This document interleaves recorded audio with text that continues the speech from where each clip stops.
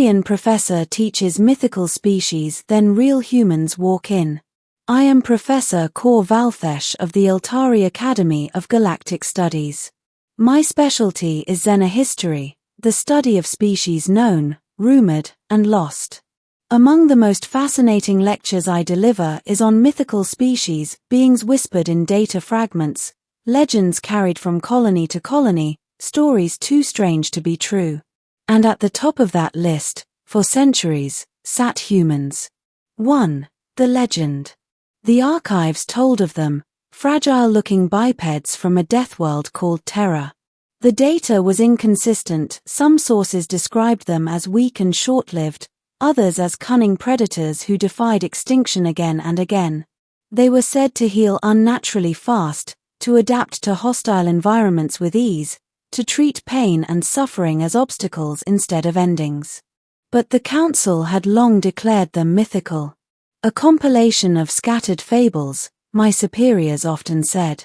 A convenient metaphor for survival. So, I taught them as myth. A curiosity for young minds. Nothing more. 2. The lecture. On the day everything changed, I stood before my class of 50 students in the amphitheater, holoscreens flickering with ancient fragments. Today, I said, we examine the most enduring of galactic myths, the humans. Records claim they were fragile, with no natural armor, claws, or venom. And yet, paradoxically, they were said to dominate their world, a deathworld at that. The students chuckled. One raised a frilled crest. Professor, how could such a species survive? No scales, no fangs, nothing. I inclined my head. Precisely why they remain a myth. No verifiable specimen has ever been recorded.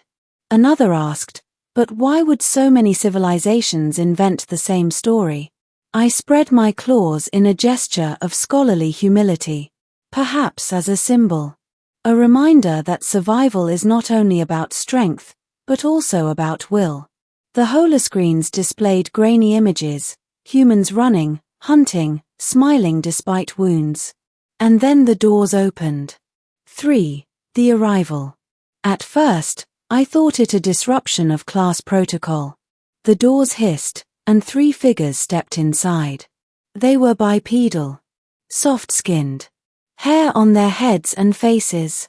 Their eyes scanned the room with alert intensity. I froze. The students whispered, confused. Professor, are those? My heart's hammered. The resemblance was undeniable. Impossible, I muttered. This cannot be real. But they walked closer, calm, purposeful. One of them, taller than the rest, grinned. Sorry for interrupting. We were told this was the xenohistory lecture. Their voice was deep, steady, confident. I nearly dropped my datapad. 4. The challenge. You are humans, I stammered. The tallest inclined his head. That's right. From Terra. Heard you've been teaching about us. Laughter rippled through the class, disbelieving, nervous. One student clicked, Professor, is this a performance? Actors, perhaps. But I knew better. The way they moved, the way their eyes missed nothing, the casual strength in their posture. No fabricated creature could mimic that. One of the humans glanced at the holo display showing mythical traits. He smirked. Fragile, huh? Cute. Another rolled up his sleeve, revealing scars crisscrossing his arm. Fragile doesn't walk away from this. Gasps filled the amphitheater. 5. The demonstration. To prove it, they offered a demonstration. One of the humans, a woman with sharp eyes, asked for a blade. A student hesitantly handed over a ceremonial scalpel used for dissections. Without hesitation, she drew the edge across her palm. Students shrieked. I nearly leapt from the podium. Are you insane? She only smiled, blood dripping. Give it a minute. And before our eyes, her skin began to close. Slowly, steadily, the wound sealed itself, leaving only a faint mark. Silence. Fragile, she asked, raising an eyebrow. Even I was speechless. 6. The questions. The students erupted into questions. How did you survive your world? What do you eat? Do you feel pain? Are you truly deathworlders? The humans answered with unnerving calm. Our world tries to kill us daily, one explained. Storms, predators, disease, you name it. We adapt. We fight. We endure. And yes, the tall one added, we feel pain.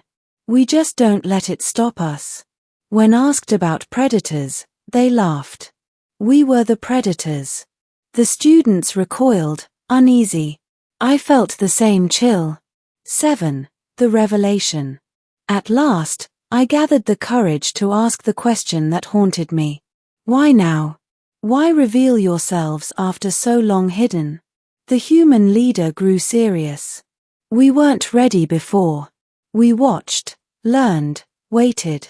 The galaxy, it seemed too fragile. Too unprepared for us. Unprepared? I echoed. He looked me in the eyes, and I felt as though an apex predator had fixed its gaze upon prey.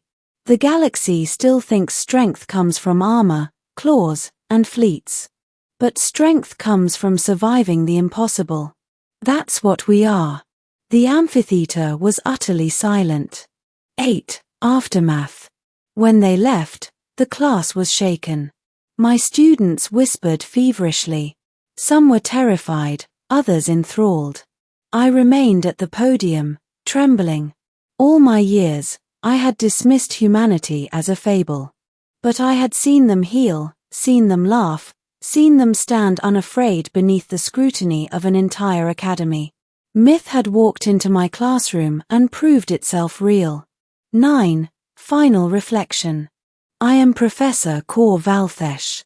Once, I taught that humans were legends, nothing more than stories to inspire resilience. Now I know the truth. They are real. They are here. And the galaxy, in its arrogance, is unprepared. For when the mythical walks among you, laughing at wounds, smiling at fear, it is not myth at all. It is nightmare made flesh.